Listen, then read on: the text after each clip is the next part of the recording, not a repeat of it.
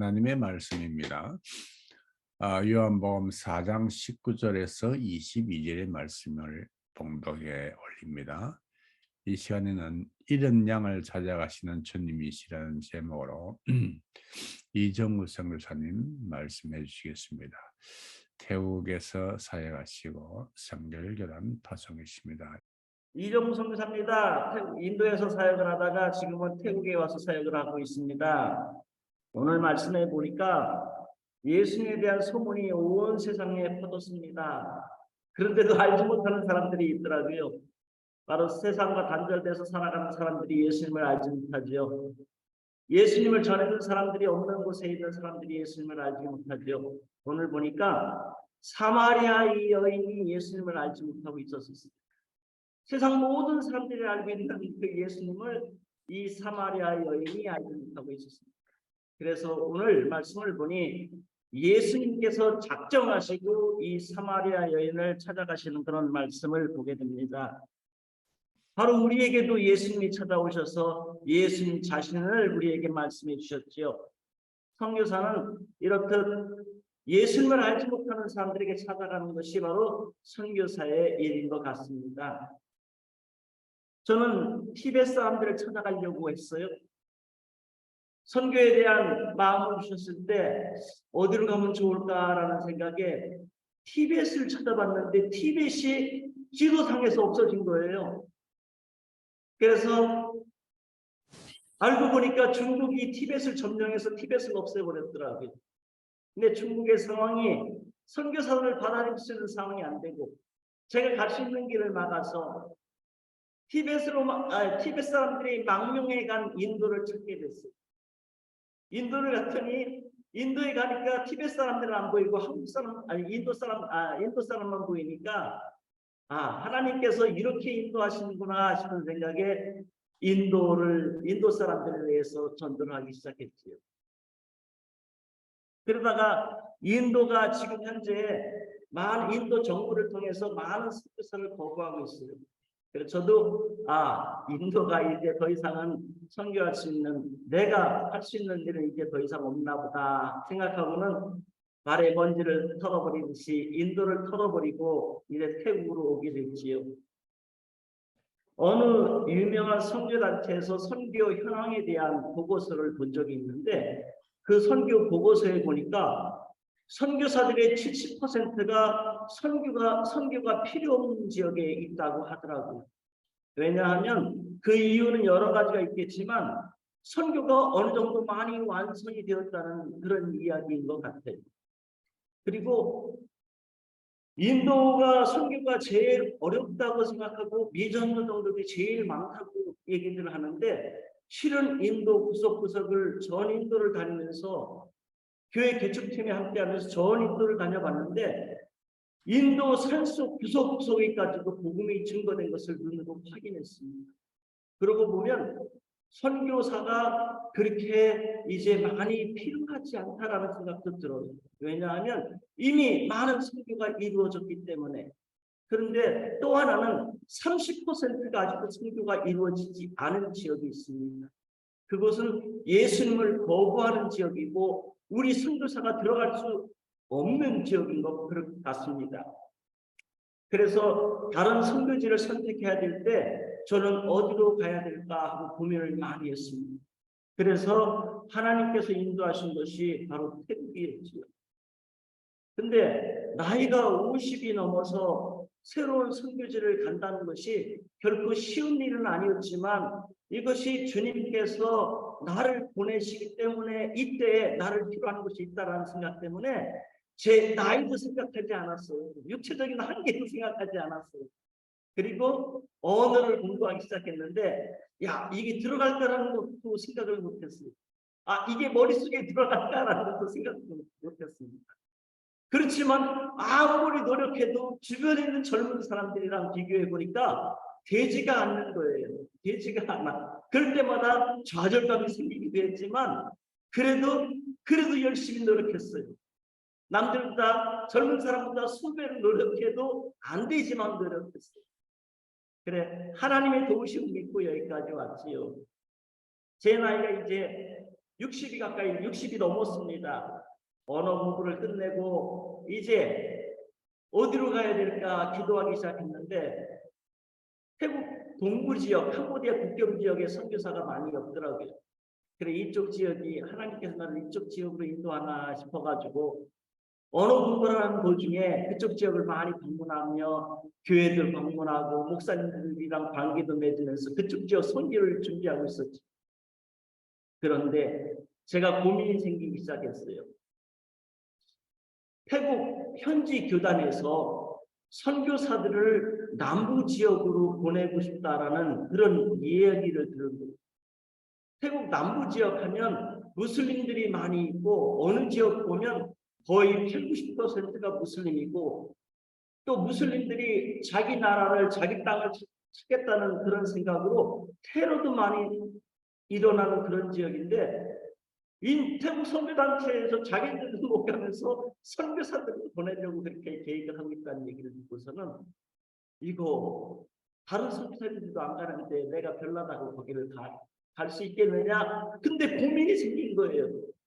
이거 어떻게 해야 되나. 난 이쪽에 대한 관심을 가지고 이쪽에 대해 열정을 갖고 있는데 근데 결국 그 고민은 하나님의 말씀, 하나님의 인도하심을 따르게 됐어요. 그래서 태국 남부 송클라 지역으로 오게 됐는데 송클라 지역이나 얄라나 나라티와시나 또 뜨라시나 뜨랑이나 이런 지역이 거의 무슬림들이 많고 제가 있는 이 지역은 태국에서는 3대 대도시라고 해요. 태국은 아직 우리나라처럼 아니면 다른 나라처럼 많이 도시화가 되어 있지 않아서 3대 도시라고 해도 이쪽 지역 인구가 30만 밖에 안 돼요. 이 지역에 오게 됐어요. 어떤 선교사님을 방문하고 이 지역을 정탐하기 위해서. 근데 코로나가 딱 터져버리니까 다른 지역으로 옮길 수도 없는 거예요. 그래서 그 교회 한국 선교사님이 개척해서 있던 교회 선교사님이 자리를 비우는 바람에 그 교회를 도와주다가 다른 지역으로 갈 수가 없으니까 이 지역에서 자리를 잡게 됐어요. 태국 송클라 지역의 한야이 지역의 교회를 개척했습니다. 처음에 다른 지역에 갈 수 없으니까 이곳에서 전도를 시작하면서 처음으로 만난 사람을 전도하는데 이 사람은 무슬림 백그라운드를 가지고 있는 젊은 사람이었습니다. 제가 교회를 위한 건물도 예비하고 하니까 이곳에서 같이 예배를 드리자고 전도를 하고 또 날짜에 대해서도 얘기해 줬는데 예배 시간이 다가오는데 찾아오질 않는 거예요. 첫날 첫 예배. 저희 교회 이름은 할렐루야 한야이. 인도에서도 교회 개척을 많이 했지만 이곳에서도 그런 계획과 목적을 가지고 할렐루야 한야이 교회를 세우기 시작했습니다. 첫 교회를 세웠죠. 첫 교회를 세웠는데 같이 예배를 드릴 사람이 없어서 또 찾아오지 않으니까 제가 그 사람을 찾아갔지요. 그 사람은 타 지역에서 온 브라인 같은 사람이었어요. 자기 지역에 살면 그렇게 살지 않았을 텐데 다른 지역에 와서 사니까 어디 기댈 데가 없고 직업도 없고 하니까 다리 밑에서 생활하는 그런 사람이었어요. 그 사람을 찾아가서 그곳에서 첫 예배를 드렸지. 그리고 그 다음 주에는 교회 와서 예배를 드리기 시작했고 또 바울 사도가 루디아를 만났던 것처럼 신실한 또 다른 사람을 찾기 시작했어요. 그래서 전도를 했더니 관심을 가지고 그 다음 주부터 교회를 나오기 시작한 50대 후반의 여자가 있었습니다. 이 사람이 어떤 사람이냐면요. 한국으로 말하면 무당보다 더한 사람이죠. 이 지역에 와서 보니까 90% 이상이 불교를 믿는 사람이라고 하지만 부처를 믿는 사람이라고 하지만 이 지역에 와서 보니까 더 심각한 거는 불교도 불교거니와 조상 숭배가 너무 심한 거예요. 근데 이 사람은 조상 숭배, 자기 조상 숭배, 조상 제사가 수시로 있는 데다가 다른 사람들의 조상들의 제사까지도 대신 드려주고 또 그 사람들을 조상들의 힘을 빌어서 그 사람들을 치료한다고 많은 사람들을 손님으로 받아들이는 그런 사람이었거든요. 근데 이 사람이 바로 하나님이 예비하신 사람이라는 것을 알았습니다. 비록 그렇지만 이 사람이 나에게 비춰준 하나님이 사람이구나라는 사실을 알고 그 사람에 대해서 문을 열었더니 이 사람이 제가 교회를 개척한 지 지금 1년 4개월이 됐는데 딱 2번 빠지고 교회를 계속해서 나왔어요. 2번 빠진 이유를 알아보니까 제가 우연히 그 집을 앞을 지나가다 보니까 이 사람이 접신이 돼가지고 다른 사람들을 치료하고 다른 사람들의 제사를 드리고 있는 모습을 봤어요. 저는 너무 실망해가지고 그 자리를 못 본 채 하고 지나갔어요. 그러고 난 다음에 제가 왔다 갔다는 소식을 듣고 자기 상황이나 처지를 제가 알게 됐다는 얘기를 듣고 이 사람이 갑자기 제가 돌아가는 그때 전화를 수십 번을 하더라고요. 제가 모른 채 했어요. 안 받았죠. 그랬는데 그러고 난 다음에 다시 주일에 찾아왔을 때 그 얘기에 대해서 분명하게 얘기했죠. 그렇지만 그 사람 아직 받아들일 준비가 되지 않았어요. 평생을 그렇게 온 사람이 몇 번 예수 믿는다고 교회 나와서 예배 드렸다고 변화될 수가 없었죠. 그렇지만 그 사람이 딱 2번 그 일을 하고 주일날 한 번도 빠지지 않고 교회를 나오고 예수 믿는 사람이 회개해야 된다고 가르쳤죠. 잘못된 일에 대해서 하나님 앞에 회개해야 된다고 얘기해 줬죠. 잘못된 습관과 관습에 대해서 얘기해 줬죠. 그랬더니 자기가 회개한다고 하고 세례를 받고 크리스천이 되겠다고 얘기합니다.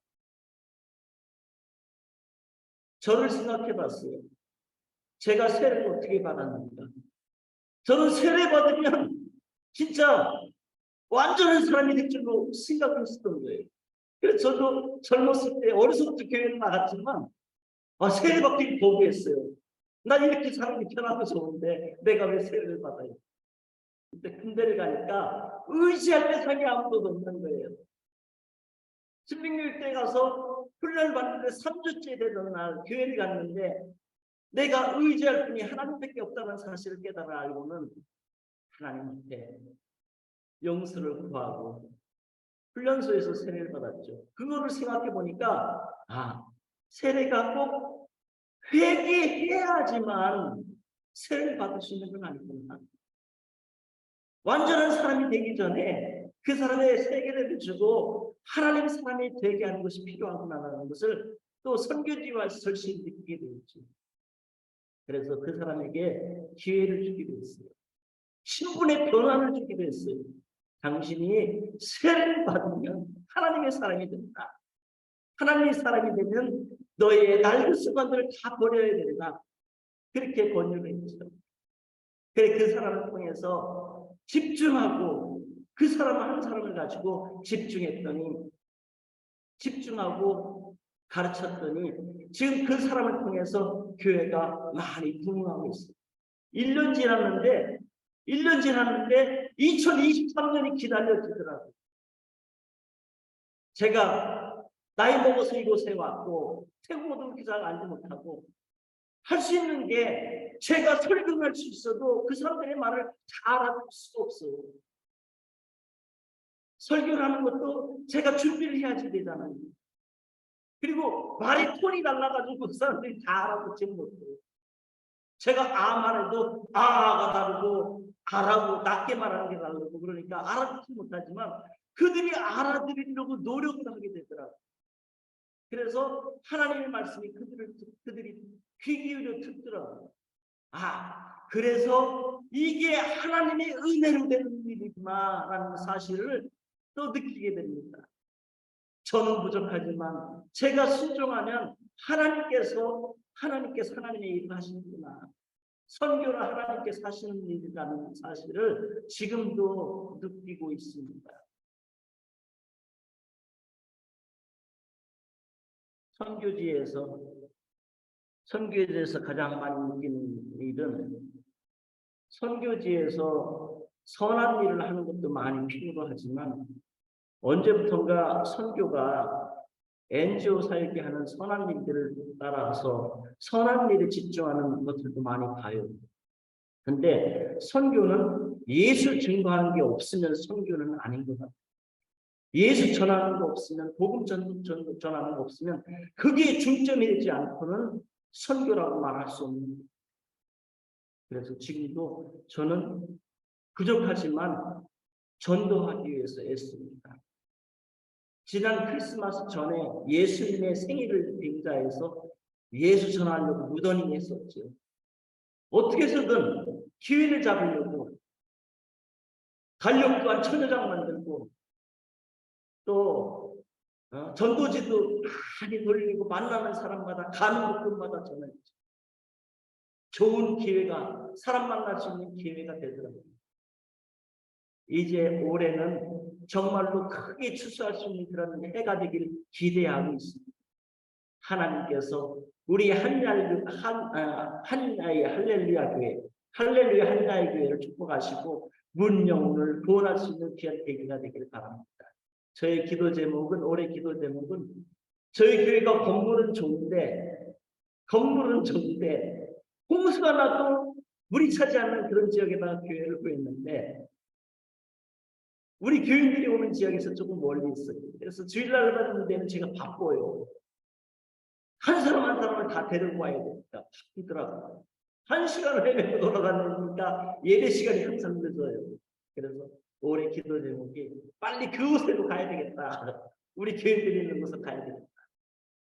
그렇게 기도하고 있습니다. 그거 위해서 기도해 주셨으면 좋고요. 또 하나는 제가 인도에서도 마찬가지고 여기 태국에서도 마찬가지고 하나님 능력이 내게 임하셔서 병든 자를 위해서 기도할 때 낫게 하시고 죽은 자를 위해서 기도할 때 주님께서 약속하셨는데 그 약속대로 이루어 주십시오. 그것이 저를 위해서가 아니라 주님을 위해서인데 그래야 선교가 되지 않습니까? 그래가 주님한테 하소연할 때가 많이 있어요. 죽은 사람을 위해서도 많이 기도해봤고 병든 자를 위해서 많이 기도해봤는데 저는 믿음이 없다. 너는 믿음이 없다. 그래서 기적이 일어나지 않는다라는 책망을 요즘도 많이 듣고 있습니다. 그래, 그런 능력과 말씀의 능력이 제게 있기를 원하며 기도하고 있습니다. 태국, 특별히 특별히 태국 남부 지역이 굉장히 넓어요. 태국 남부 지역은 태국 방콕에서부터 여기 태국 남부 저희가 있는 지역이 국경에서 한 40km 떨어져 있는데 그 밑으로 더 내려가도 또 다른 도가 있는데 그 지역까지 포함하면 이쪽 지역이 거의 한 1000km 이상 돼요. 방콕에서 여기까지 오는 게. 근데 한국 선교사는 다른 외국 선교사는 알 수 없고 한국 선교사는 20몇 가정밖에 안 돼요. 그래서 이쪽에 태국 남부에 한국 선교사들이 많이 필요합니다. 제가 선교해 봐서 아는데 많이 필요로 하고 많이 받아들일 준비가 되어 있는 거예요. 태국 사람들이 순수해요. 그리고 사람들에 대해서 손님들에 대해서 반대하고 이런 것들을 잘 이용하면 선교가 잘 이루어질 것 같은데 알지 못할 때는 무슬림 때문에 테러 때문에 걱정이 돼서 이곳에 못 왔는데 와서 보니까 마찬가지예요. 테러는 저곳에서 일어나지 제 앞에서 일어나지 않다. 그런 것들을 보면서 이런 것들 때문에 선교가 되지 않는구나. 하나님 더 많은 분들을 이곳에 보내주세요 라고 기도를 부탁하고 싶습니다. 이상입니다. 할렐루야. 감사합니다. 인도서 넘어오셔가지고 그렇게 선교를 참 또 적응을 잘 하시네요. 인도서 오신 지 얼마나 됐죠? 인도서 나온 지 지금 한 5년째 된 것 같아요. 예. 태국말이 그 만만치 않은 말인데 그래 태국말을 또 배우시고 또 교회를 개척을 하시고 수고 많습니다. 감사합니다. 인도 어느 지역 북부에 계셨나요? 인도 남부 벵갈로 지역에 있었습니다. 그러셨구나. 인도 남부 벵갈로에 까르나타 도 전체 지역이 제 선교지였어요. 지금 계시는 데가 적도 부근이죠? 적도는 모르겠고요. 여기가 지금은 우기인데 네. 예, 지금은 우기입니다. 예, 인도 남부 그 말레이시아 쪽 국경 쪽에 그 지역에 계시는 것 같은데. 맞아요. 음. 거기 무슬림이 많을 텐데 어떻게 거기 무슬림보다도 불교인들이 많아요? 무슬림이 많이 있습니다. 무슬림이 여기도 제가 있는 지역도 한 50%더 되는 것 같아요. 그렇죠. 바깥 나가보면 거의 다 무슬림이 많이 보이니까 음. 50%, 60%, 70% 되는지 굉장히 많아요. 그럼 지금 그 이야기하시는 그 교인들의 그 신앙 배경이 무슬림입니까? 불교입니까? 불교도 있고 무슬림도 있고 무슬림도 있고. 무슬림이 두 가정이 있고요. 그 음. 다음에 불교가 두 가정 세가 거의 다 불교 배경에다가 이제 무슬림이 있는 거죠. 예, 하여튼 그 교인들이 빨리 성장해서 목사님을 돕는 귀한 일꾼들이 다 되기를 바랍니다. 예, 어제도 우리 뭐 잠시 얘기했지만은 선교 현장에서 결국 선교사들이 복음 전하여서 지도자를 세우는 거거든요. 지도자를 세우는 거. 우리나라에 온 선교사님들도 옛날에 그 산골 다니면서 복음 전하고 교회 세워놓고 그리고 영수를 세웠거든요. 영수. 그렇죠. 영수를 세워서 영수로 하여금 교회를 관리하게 하고 자기네들이 한 달에 한 번, 두 달에 한 번씩 순회하는 거예요. 순회. 이제 세례줄 때 있으면 와가지고 세례 문답 공부하고 세례 주고 이렇게 교회를 관리했던 것을 기억하면서 그 뭐 선교는 결국 교회 영혼 구원에서 교회 세우고 또 지도자 세워서 그 교회를 지켜 나가는 것. 교회를 지킨다는 것은 곧 영혼을 지키는 것 그런 거거든요. 그래서 현지 교단에 잘 이양해서 성도들이 교회가 아름답게 커 나갈 수 있도록 이제 뭐 60이 넘었으니까 부지런히 해서 또 빨리 또 은퇴 준비를 해야죠. 예, 준비하고 있습니다. 음, 그래도 60대에 사역지를 옮겨서 그렇게 사역을 잘 하시니까 기쁩니다. 대단하십니다. 건강 잘 챙기시고 열심히 하시기 바랍니다. 예, 감사합니다.